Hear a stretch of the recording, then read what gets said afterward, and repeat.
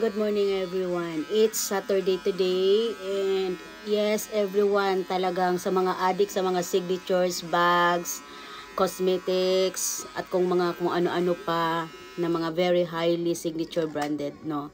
Talagang it's really exposed the Chinese manufacturer right now are exposing the signature brand like Louis Vuitton, Chanel, Gucci, Lululemon, and the Nike, and so many brands na di-export in America or somewhere around the world, no?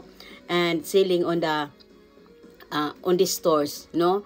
So, sa mga I know everyone, me also, I love Chanel, I love Louis Vuitton, I love Gucci, I love that brand. Everyone love that brand, you know, every woman love bags.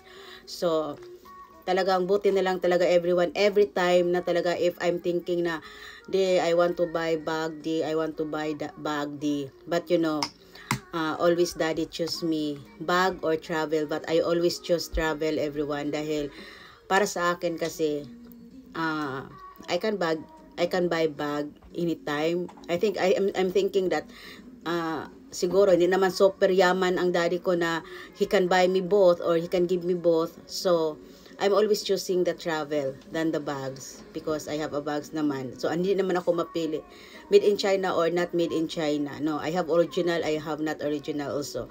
So talaga ngayon ang mga collector ng mga Hermes bag, mga Chanel, mga Louis Vuitton bag, they are panicking about what they heard from the manufacturer from China that their bags are from China, no? So, talagang nakakaloka lang talaga. Siguro kung ako din I spend a lot of money to this bag and then malalaman ko lang na all that bag you are buying in this store are galing yan sa amin dito sa China. So everyone are panicking, everyone are disappointed. Talagang I don't know what's happened of this era right now about this signature fashion bags, anything, no? So and then nakita ko din na yung mga Estee Lauder na mga makeup, mga brushes, mga beauty tools, and that's from made of China. So parang it's scattered everywhere, anywhere in the YouTube. Everyone, you can search it and mapakinggan ninyo yung mga disappointment sa mga madam na nag-collect ng mga highly very expensive branded, no? So yeah, ingat lang ako kasi in my side everyone, talagang yes, I love bags, I love shoes, I love clothes, but you know, siguro nasa pagdala na lang yan. Even you are using a fake or like right now everyone na mga madamis na nag-collect ng mga highly expensive items and then parang nawalan sila ng everyone guts, nawalan sila ng confidence when they know that pareho lang din pala yan sa bag ng bag ng kaibigan nilang peke, no? Na inaapi-api nila na you're using peke and then peke din pala yung mga bag nila. So, you know, we don't know right now everyone kung ano talaga dahil China now exposing about their product. So, yeah.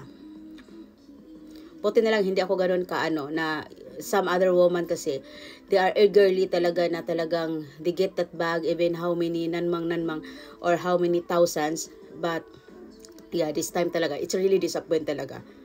Hindi naman talaga the money is not problem if you have money, but when you are gaslighting, you are dadaya ka, parang ganon, dahil you are buying this product because akala mo original, totoo, that's why you pay this amount, but later on malalaman mo na made in China, no? So buti na lang talaga ako if I always wag mama to daddy, I want bag, I want Chanel bag, but daddy always give me a choice, okay, because this money is for our travel. If you like, I buy the bag, but no travel. But you know, I want travel because gusto ko na magkasama kaming dalawa. Because if you buy a Gojumang bag, Rokojumang bag, it's just for me. Ako lang. So, pag nag-travel kami ng dalawa. So, that's 60 lapad or ganon.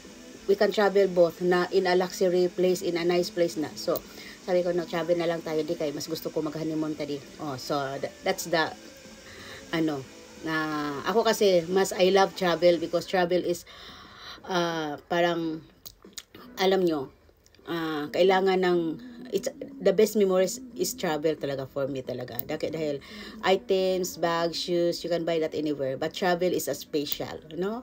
So have a good morning everyone. Good morning. So have a good morning. Kailangan namin mag-ready dahil alis kami ni Daddy ng maaga. So have a lovely day, no? So sa mga about relationship talk natin everyone, be practical in everything, no? Dahil don't act like madam na madam ka nga tingnan but you are broke, no? Di bali nagagamit ako ng fake bag or whatever, mumurahing bag or no name na bag, at least may laman yung bag ko kaysa I'm using a very highly brand and then later on malalaman ko lang na picky para to galing para to China, oy. No. So that's hard, no? So have a good morning and have a lovely day. Thank you so much everyone. Thank you for following me here.